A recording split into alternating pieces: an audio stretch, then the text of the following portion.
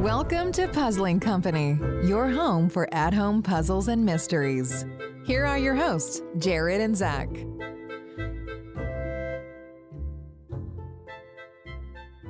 What's up, everybody? Jared here from Puzzling Company in the Escape Mail studio. If you've not tried an Escape Mail game, give it a whirl. Loads of fun. They have lots of content, lots of different episodes for you to try. With me, as always, today is Zach. Hey, what's up? I'm here. I'm not here. But no, it's been good. We got to play some fun games we get to talk about today. Absolutely. And we've kind of done the episodes out of order. So technically the last episode that we recorded, I say that in quotation marks, was the one I did by myself. Yes. Even though that's not the order that they air in. Yes. So it is good to have you back. Yes, it is good to have us back. You sounded like on there. It is good to have us back, the precious. Yes. Have you been watching Lord of the Rings at all? No, I haven't watched the new Lord of the Rings yet. I watched the first one. I'm intrigued. It feels like there's a lot of haters out there. But oh, really? Yeah, but people are going to hate. People are going to hate. It's true. Well, today we are talking about two games from Puzzled Escape Rooms, and that is Professor of the Occult and The Box from the Future. And we're super excited to talk about both of those. Hang around with us. We'll be right back.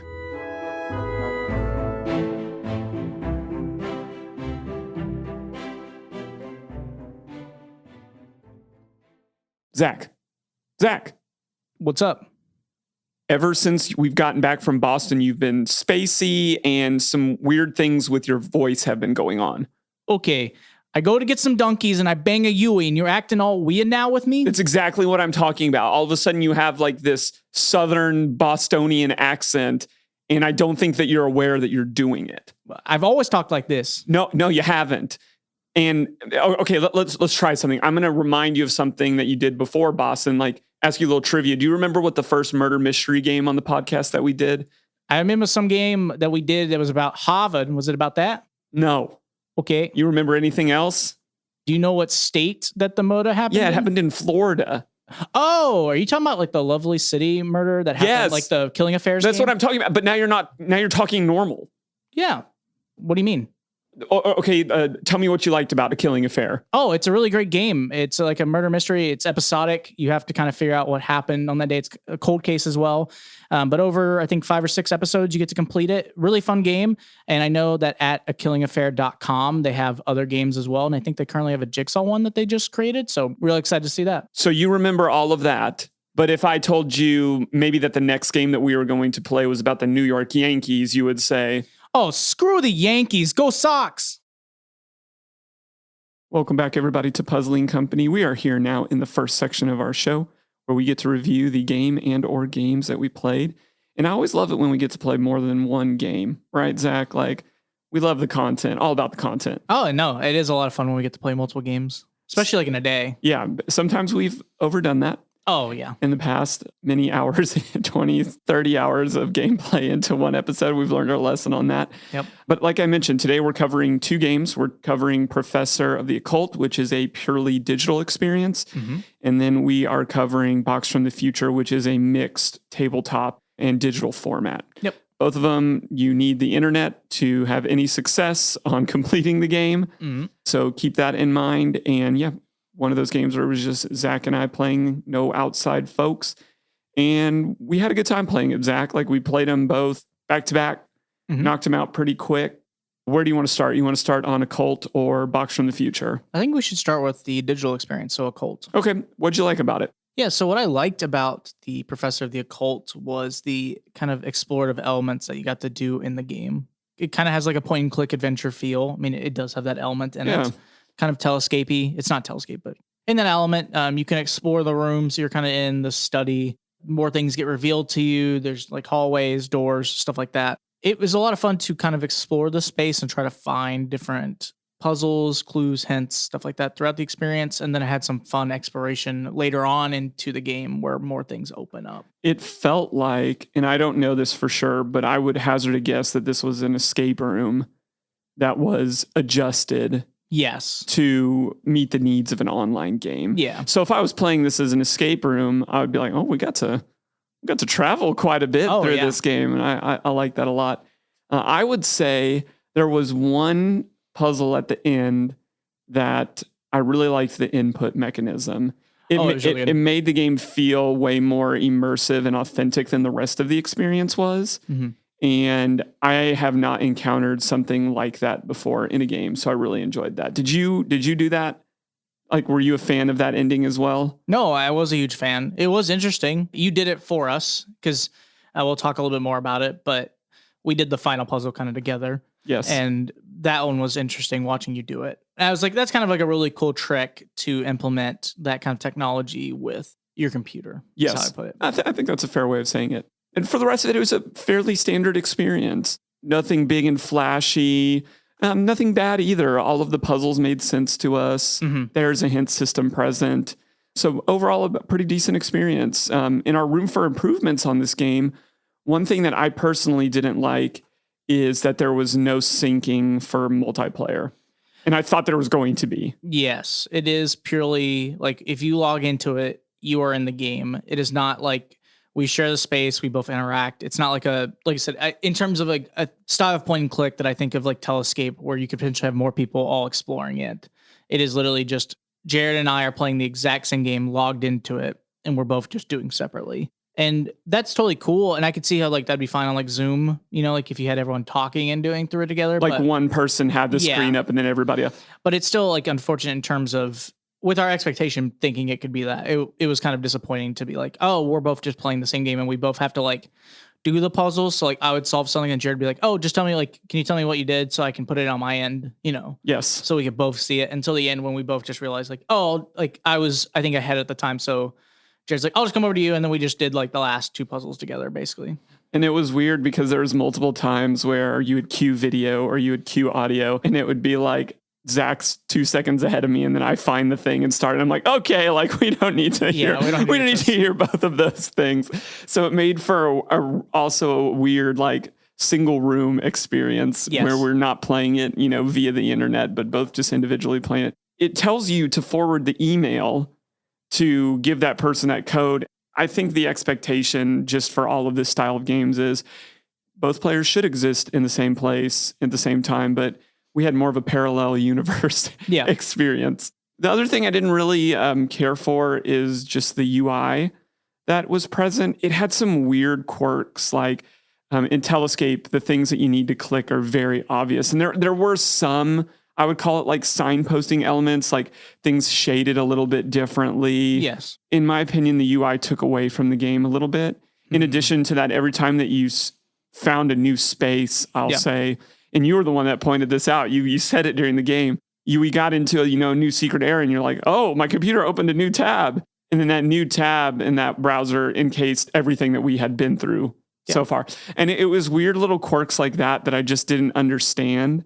That kind of took you out of the game for a minute and then threw you right back into it. Yeah. You agree with that? I agree, because basically what happened is once you solved it, the main screen, I'm going to call it, or main window would be like, investigate this. And then the second screen would open up, or the second window would open up with the same thing you just did, but like you see more. So it felt like instead of the game auto adjusting in the same window, it just kept creating more windows. So by the end of the experience, you have like 2 or 3 windows that are the same thing, but just further into it. Yeah. Even though they all 3 can interact.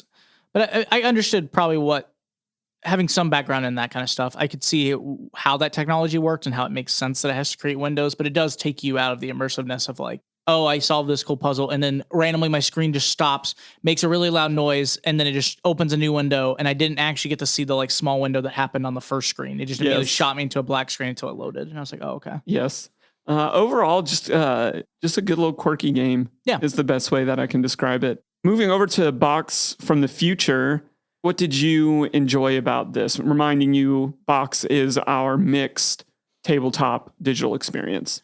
Yeah, I thought the thing that we both kind of liked a lot was the ARG elements in this. It had some like fun ARG stuff. So because it is a mixed experience, there are elements of the online portion that are different than the in-person stuff. So it ended up being that most of the things that we gathered from early on in the experience were the exact same in terms of what you saw on the digital aspect. But there were a few puzzles like specifically one of them being, I think it's 6 or 4 or whatever you want to call it. Spoiler.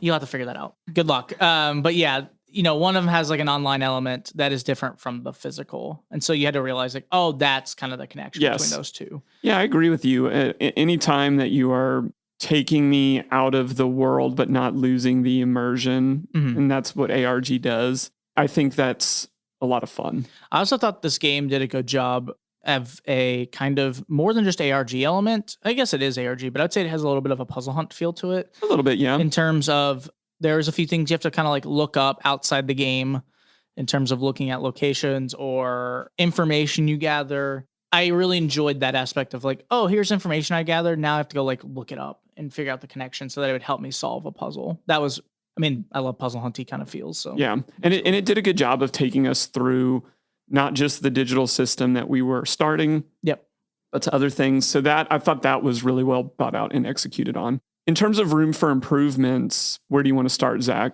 Yeah, I think we should start with kind of the first thing, which would be, it was a little formulaic. I would say it's too formulaic in a few points. Once you see these games, and it's the same for both of them, to be honest, but specifically we noticed it more in Box from the Future, is that it goes, okay, here's how the answering key works. You're going to do it exactly like this. And it doesn't feel as immersed into the experience. It feels like they're different. Like it goes like, here's 6 puzzles that aren't really themed to it. Here's just 6 random puzzles. And you're like, okay, cool. And you get those 6 puzzles done. And then it goes, okay, here's 7 through 10. Do these answers. And it felt like the same, like, here's answering key. It's the exact same. Just look for the answer. You did like 12 times in a row and you're like, okay. Yeah, it didn't help drive anything forward in either game, in my opinion. Both games were like, here's your puzzle key. And exactly what you said. Like, there are puzzles out there, Zach. Now you go solve those puzzles and you come back and you insert in 1 through 5. Yep. And there was just a lot of Roman numerals. And I get it because it does help order. Like, I'm not saying the ordering, I'm saying the manner, the style in which it was done was just the same. And it felt very flat. And I didn't enjoy that a whole lot. It was accurate. I could see how if you were a new player, you might appreciate that. Oh, yeah. But in terms of playing these games back to back, it just felt, I don't know, just stale is maybe a fair word. Yeah, but it's hard because I think there could be an interesting way of changing it to have a different answering system. But I could see like if you just dropped the Roman numeral element and just left it how it is, it would be more difficult to make things connect. But they would have to find some new system because I was thinking about it and I was like, oh, well, if you just drop the system, I'm like, okay, then that makes no sense because you never know the connections between any of them. Right. Yeah, I don't know. There's probably some way you could potentially change it that isn't a formulaic 1 through 5 answering key and still be as impactful. Absolutely.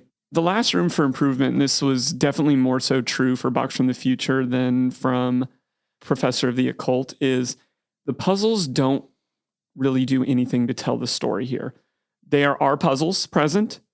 The puzzles all work. But in terms of meeting any criteria for them being, I would even say in this game, themed, this just felt like a smattering of puzzles to get us to some type of meta.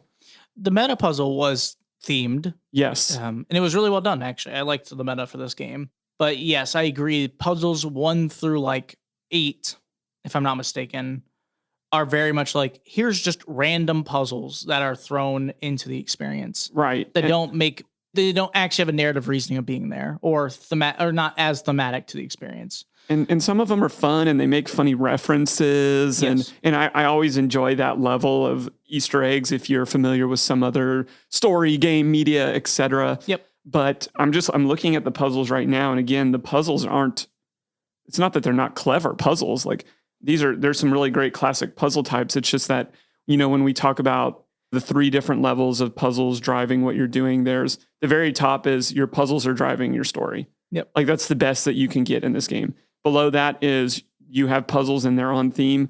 And then the lowest kind of part of that pyramid is, well, you got puzzles. And that's what it felt like. And especially with the story and the narrative of Box from the Future, which was very time travel, right? Like, I think we even said a similar thing about the most recent Wild Optimist games. Like, lean into that. Yeah. Like, time travel you have so much to work with there. agree or disagree with what I'm saying, Zach. No, I agree.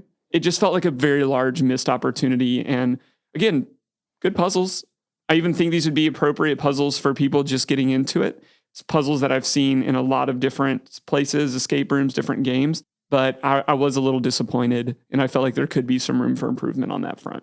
That's really going to wrap us up for our first section. We've got Puzzles to the People coming at you next. Solve puzzles, write reviews, win prizes. It's time for Puzzles to the People. Hey, I just got back from the mail. Looks like we've got a new game to play. Oh, really? What is it? It's the new Escape the Crate game. Oh, I've been excited about this one.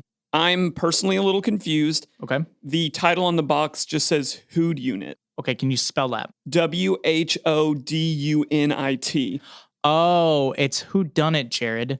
Yeah, in the new Escape the Crate game, it's the Escape Whodunit. It's like a classic murder mystery, but with a twist ending. I mean, agree to disagree on pronunciation. And by the way, it's twist, not twist. Okay.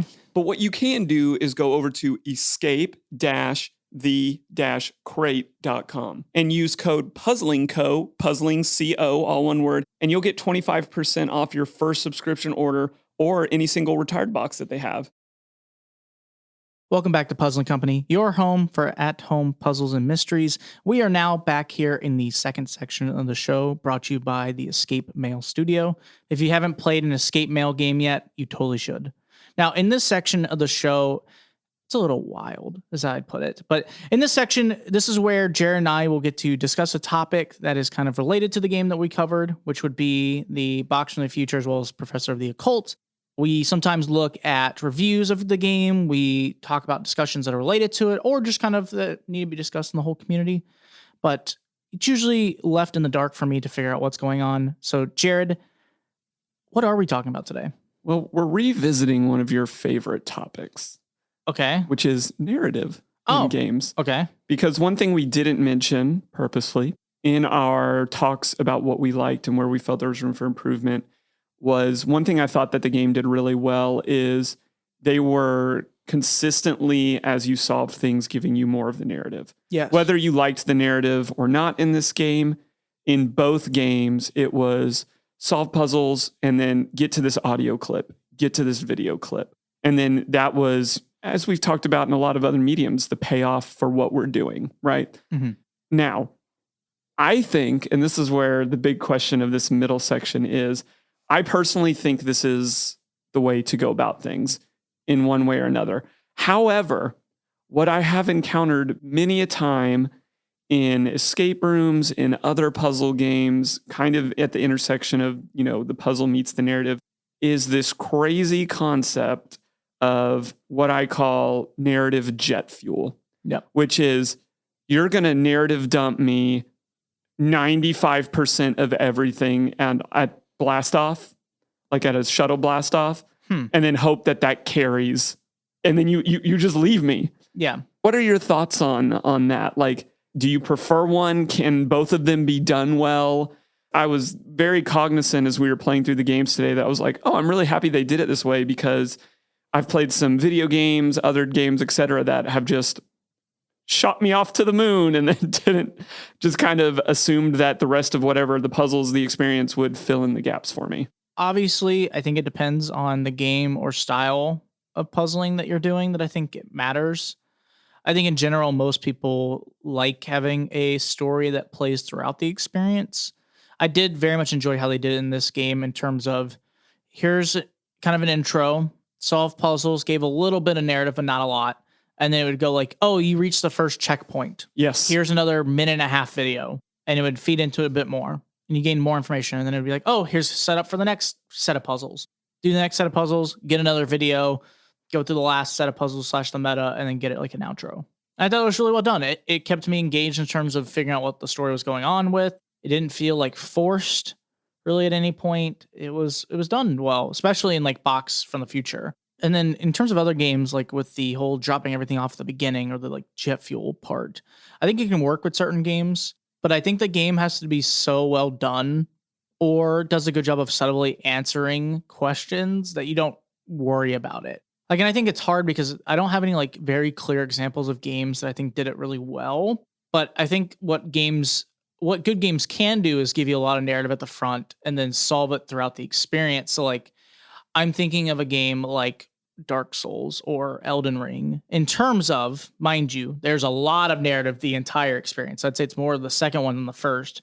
But I feel like that game or games like that go like, here's a ton of information. And they're going to go, okay, a lot of this is not going to make sense. Some of it's going to. And then as you play the game does a really solid job of giving you answers in terms of actual narrative from characters, but also like, oh, I did this type of puzzle and I found this information. And you're like, oh, that's interesting. Or like you did this thing and you get that aha moment of like, oh, you figured out like side information. Or I think of like Easter egg style things in like Batman Arkham City or Arkham Asylum or any of those types of games where there's a lot of narrative that's very much presented to you. But if you do like Easter eggs type of stuff or side objectives, you gain a lot more information that you aren't given directly. It's on you to find it and do that yourself.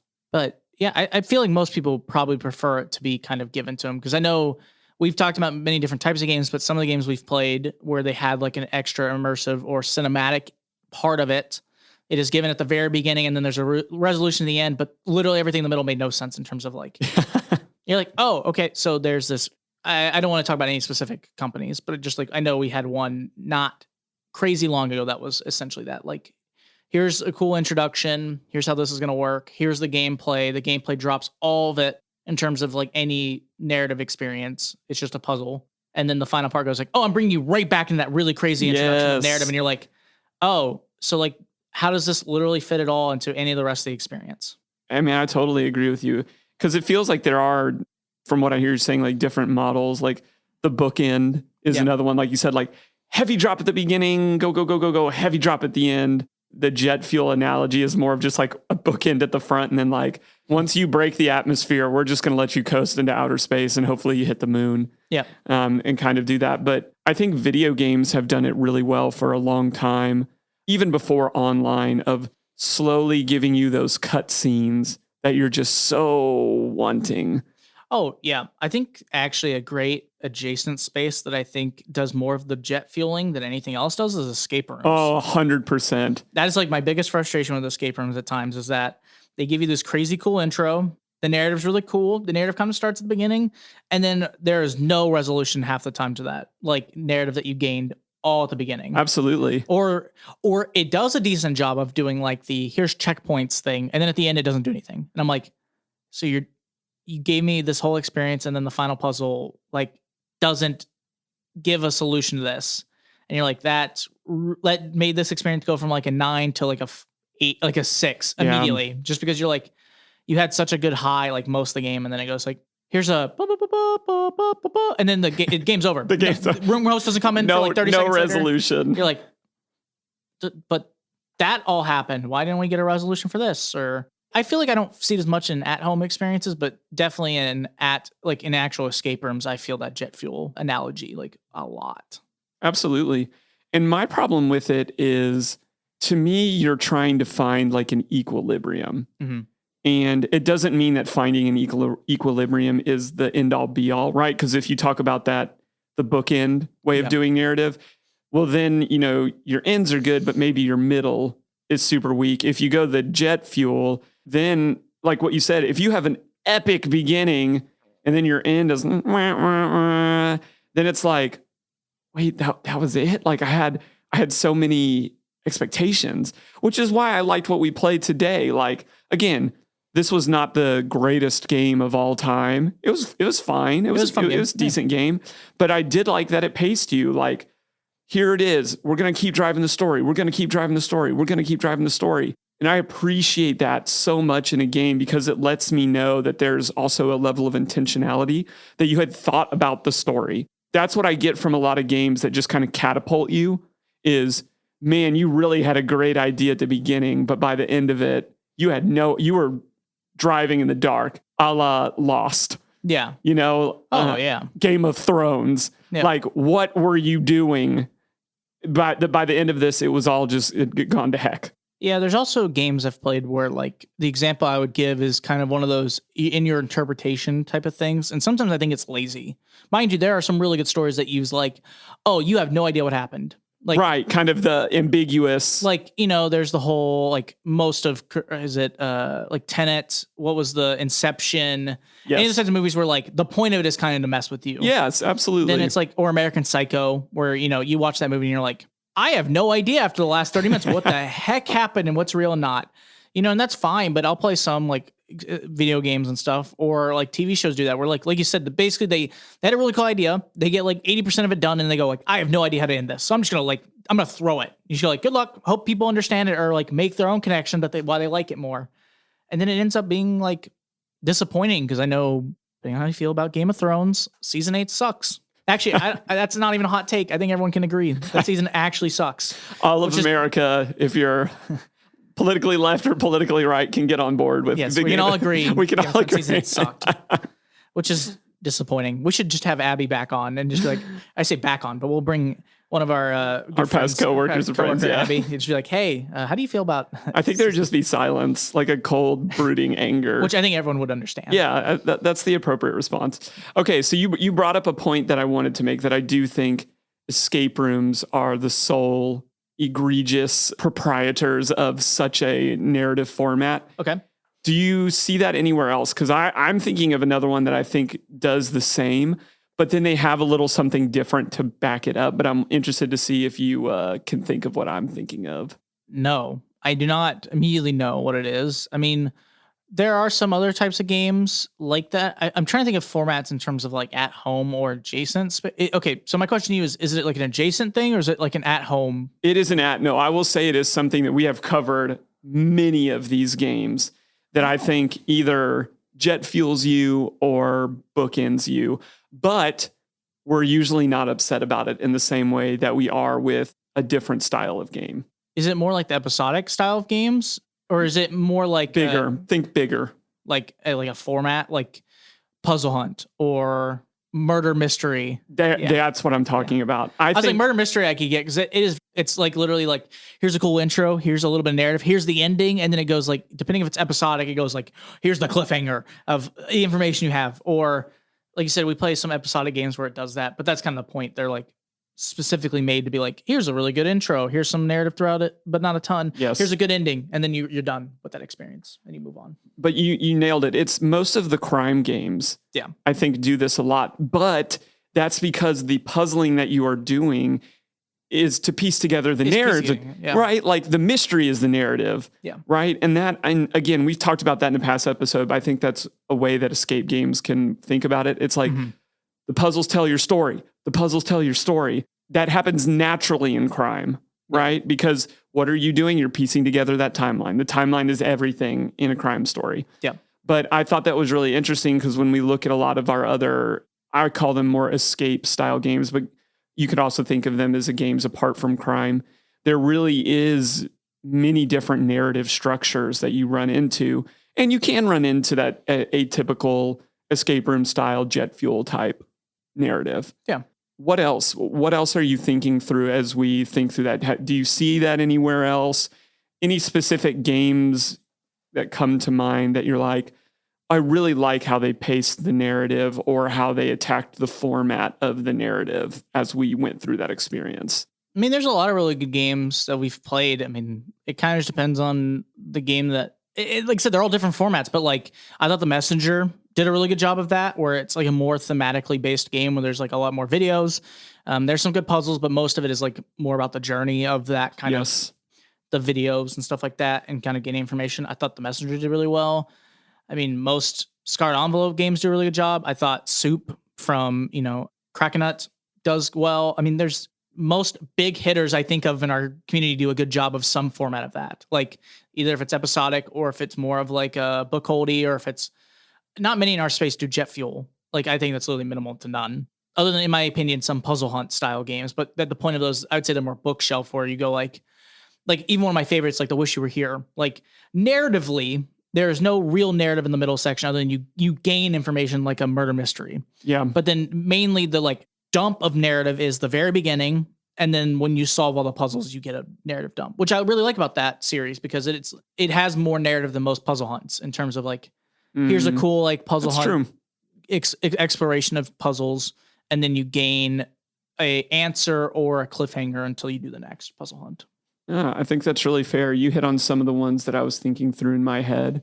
Even thinking Fellowship, through, yeah. There's a lot of good ones up there. Even thinking through like the games that we did from Clue Quest. Yep. Like you're getting your narrative, things are happening throughout, and I thought they did a really good job of fusing it.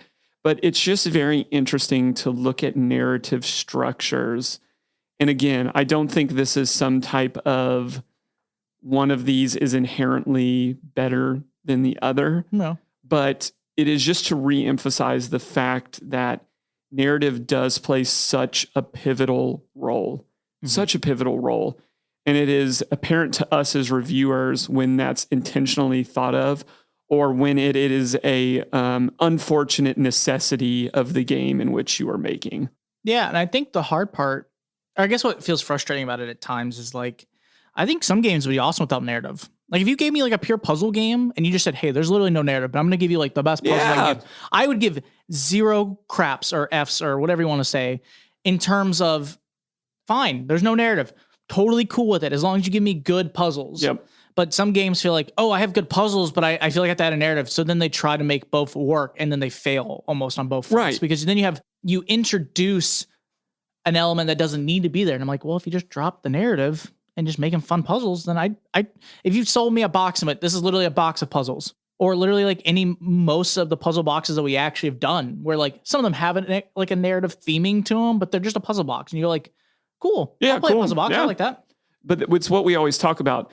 Don't give me something and then half do it because you felt like it was a necessity to what you're doing. If you even start telling me a story, there better be a beginning, middle, end. Yep. And even then, we're going to talk about the degree and the ability to which you pulled that off. I'm 100% with you. Crossword puzzles, Sudokus, these are all great puzzles. People love these puzzles. They don't need stories. But when you walk into this realm that we're constantly talking about, narrative structure is something to think about. And then that better work in with what you are doing with your puzzles and your flow. Like it is a artistry meets science world. And it's fun to pull the strings of one of those things and take a look at it and then try to put it back into the tapestry. Mm-hmm. So just another fun conversation that Zach and I enjoy having. We appreciate y'all listening with us today. Hang with us. We've got questions for creators coming at you next. There are some awesome people who make the puzzles we love to solve. This is Questions for Creators. Hey everyone, Jared here. And if you've listened to the podcast for any amount of time, you know that Zach and I love to test our skills as private investigators. We've done this for local police departments, federal agencies, and we always seem to catch our bad guy. But one of our favorite companies to do that with is Unsolved Case Files. They have a really great product. Their game works through envelopes. Every time you solve part of the case, you open another envelope and you get to dig into even juicier and deeper details until you finally figure out what's going on. They have a great online input system for their answers. And of course, as we always talk about, a great hint system to complement it when you get stuck and you're looking for that extra nudge. Personally, we love these games because they tell great stories. Those stories have great twists, and the connections that you are making to solve the case lead to those super satisfying aha moments. Me personally, I like these games because they're what I call one-sitting games, which means they take about an hour to 2 hours, and you don't have to worry about a cliffhanger ruining it if you want to get all the way through it. You're getting an entire story, an entire game every time you play Unsolved Case File games. Currently, there are 8 of these games out there. You can find these games at unsolvedcasefiles.com. And just for being one of our listeners, you can get 15% off by using the code PUZZLE15, all one word, PUZZLE15 at unsolvedcasefiles.com. Welcome back to Puzzling Company. We are in the final section of our show here where we call a question for creators. But Zach, we are unfortunately without a creator today. I know. Great gasp, by the way. Solid soundbite right there. Thank you. The creator, really nice individual, just couldn't sync up schedules, get it done. That's okay. If we can ever lock it down in the future, we'll re-upload and we'll have a complete episode. But yeah, enjoyed these games. You can find out more information about these games at puzzledescapegames.com. And they have the 2 games that we played, as well as a couple of other online games that were similar to the Occult game that we played. You can find them on social media. Like I mentioned, they don't have their physical escape rooms anymore. COVID did a number on them, unfortunately, but they still have an online presence, and that's where we want to direct you. Zach, how can people help us out? Yeah, there's a few different ways that you can help out Puzzling Company. First, you can go support us on Patreon. You can go in there, become one of our patrons, get access to episodes early, be able to join our Discord, communicate with us, which is great. Get and play games with us. Also get access to some of the online games as well. You can also go to wherever you listen to this podcast and leave us a 5-star review. We'd super appreciate it. And the final thing is you can go to wherever you listen, wherever you like going for social media, going to Instagram or Facebook at Puzzling Company and follow us there to see new episodes. I dig it. We've got a lot of great content coming up, as we mentioned, a lot of Halloween things coming up. We are excited to spend the end of the year with you, and then we're already planning year 3 and have some exciting things there. So for Jared and Zach, this has been Puzzling Company. See you guys. Thanks for listening. Find us on social media at Puzzling Company and online at puzzlingcompany.com. Check back weekly for new episodes.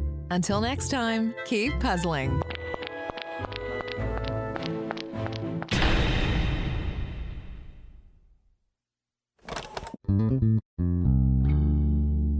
Chipped Cassette Studios. This has been Rogue Media Network Podcast.